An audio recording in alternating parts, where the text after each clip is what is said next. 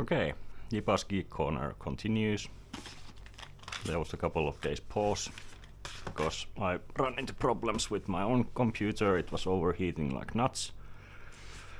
But turns out there was just air bubble in the cooling system. I don't know why they also did this to the heat spreader.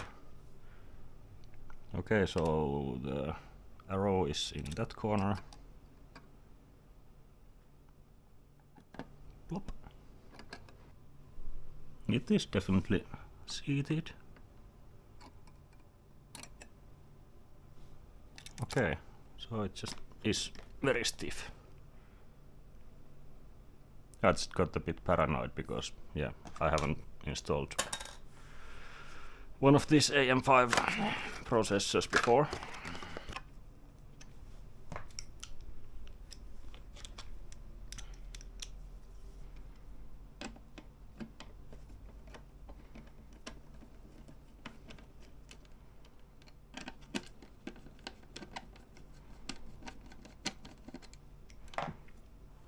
There should be... Yes. Ah, there. What's this one? I don't know. And there are a couple of SATA cables and the Wi-Fi antenna. I think the safest way for storing these is just to mount them as well.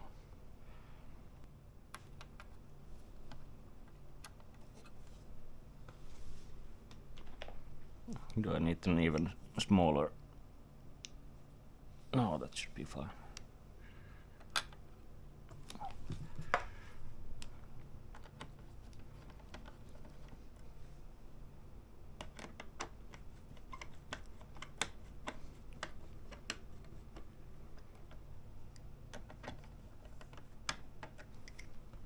Yep.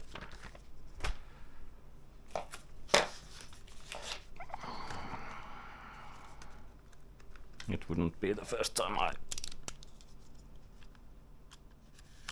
somehow managed to mess up the RAM installation.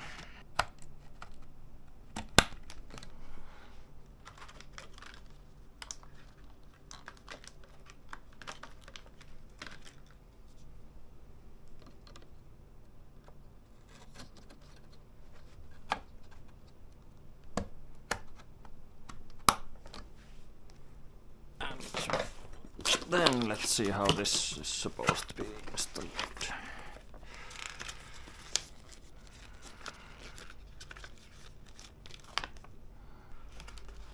If it fits, then it doesn't seem too bad.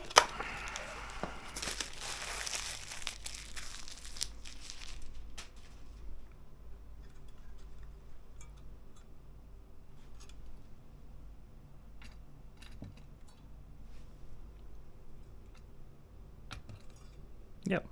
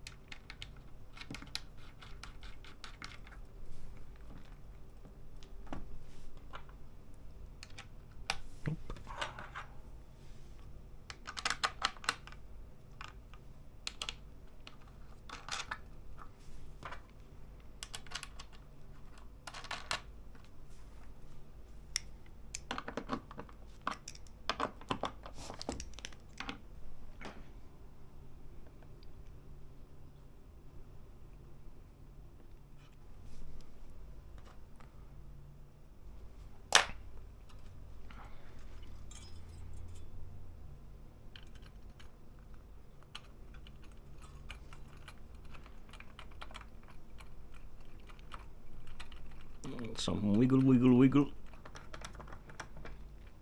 And tighten evenly.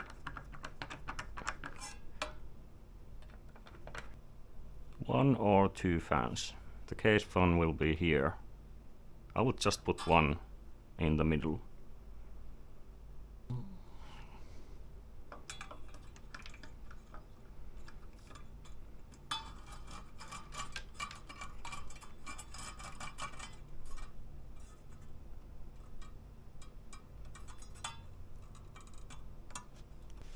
Okay, it's ready to go into the case. If you have attention span of goldfish like I do, then it's a good idea to start by putting the I/O shield on, because I have forgotten it so many times. And it's a pain in the ass to know this after mounting the motherboard.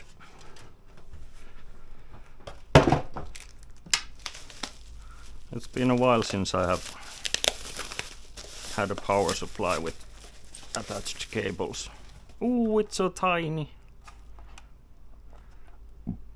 Okay. There is ventilation on the bottom, but it is the best way for the power supply to eat all the dust. So I put it on purpose like this.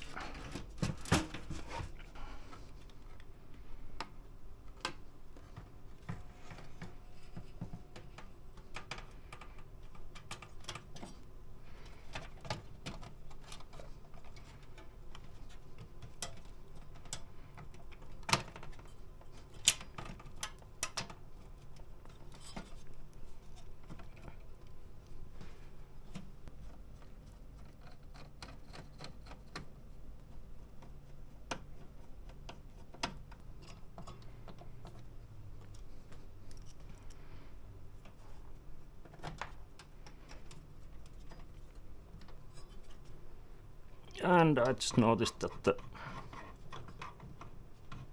other camera is off, and probably has been for quite a bit.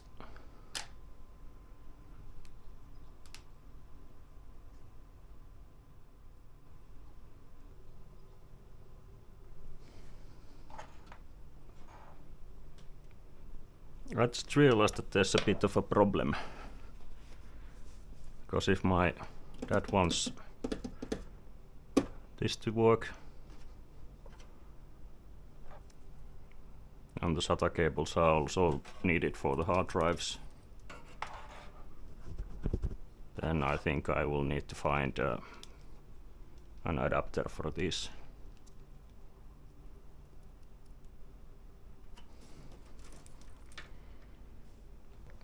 That's the CPU.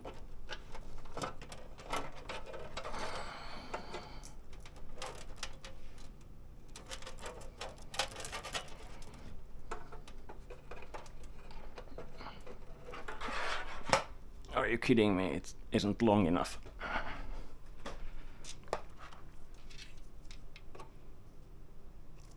Okay. Well, that sucks. It's kind of strange how few SATA and Molex connectors this has. Maybe people don't have anything that requires those anymore, but it's quite powerful power supply anyway, and it would make sense to have more connectors.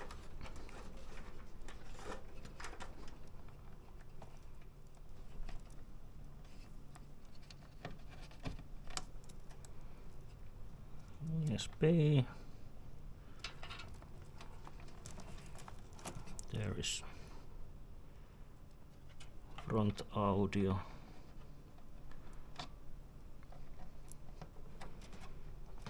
And then this mess again.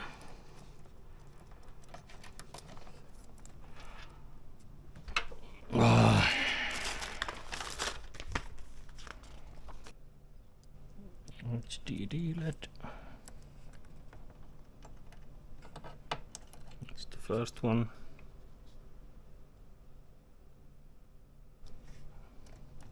Then next to it is reset.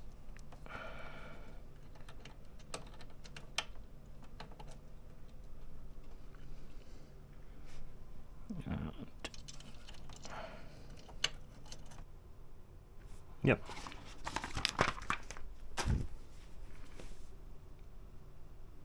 Now it should work.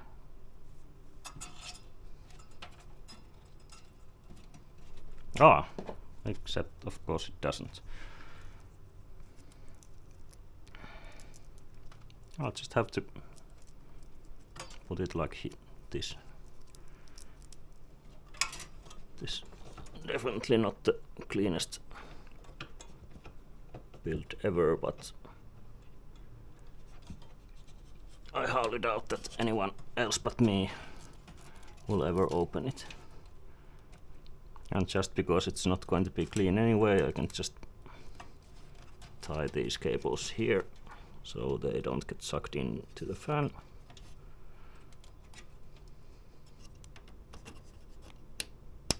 Ah, there's a fan controller.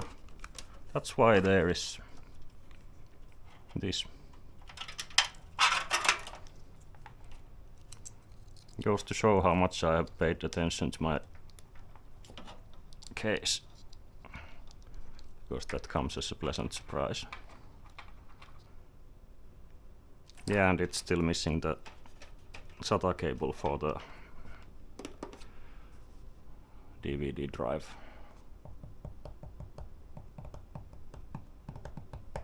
But it should be ready for boot.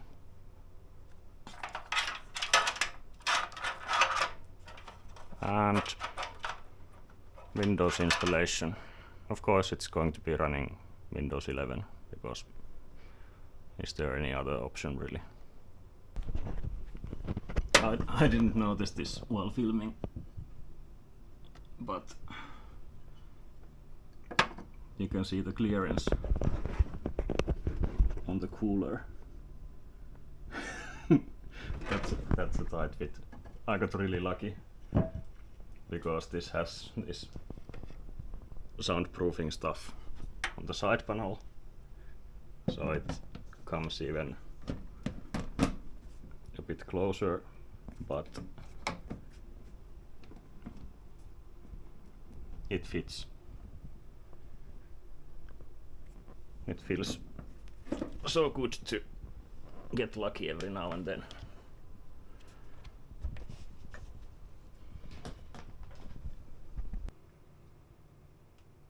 Okay, it's up and running, and the ergonomics are even getting even worse, because at first it was connected to the Samsung I have here, but there was some kind of problem. It just lost connection and wouldn't show anything, so I dug up this 24-inch Bengu, and now everything seems to work just fine. And I must say,